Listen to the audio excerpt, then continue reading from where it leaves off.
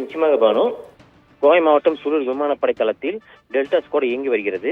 விமானப்படை, கப்பல் படை, தரைப்படை ஆகிய முப்படைகளின் வீரர்கள் அடங்கிய இந்த டெல்டா ஸ்குவாட் குழுவினர் பேரிடர் காலங்களில் மீட்பு பணிகளில் மிக பெருந்த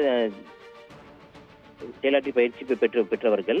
25 வீரர்கள் கொண்ட இந்த டெல்டா குழுவினர் கமாண்டர் ஈஸ்டன் தலைமையில் கடுமையாக பாதிக்கப்பட்ட வயநாடு நிலச்சரிவு பகுதிகளுக்கு புறப்பட்டுள்ளனர்.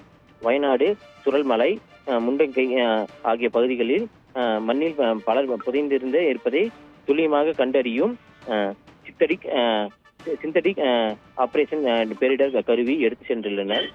சேட்டலைட் சிக்னல் மூலமாக இருக்கும் இந்த கருவி பயன்படுத்தி மண்ணில் புதைந்திருப்பவர்களை எளிதில் கண்டறியும் மீட்க முடியும் எனவும் கூறுகின்றனர்.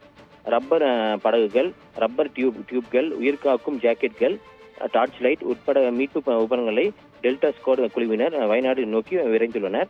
இந்த டெல்டா ஸ்குவாட் இதுவரை 18 பேரிடங்களில் மீட்பு பணிகளை செய்து அனுபவம் பெற்றுள்ளது. இந்த மீட்பு பணிகளில் 3500க்கும் மேற்பட்டோர் உயிர் காக்கப்பட்டுள்ளது குறிப்பிடத்தக்கது பானு.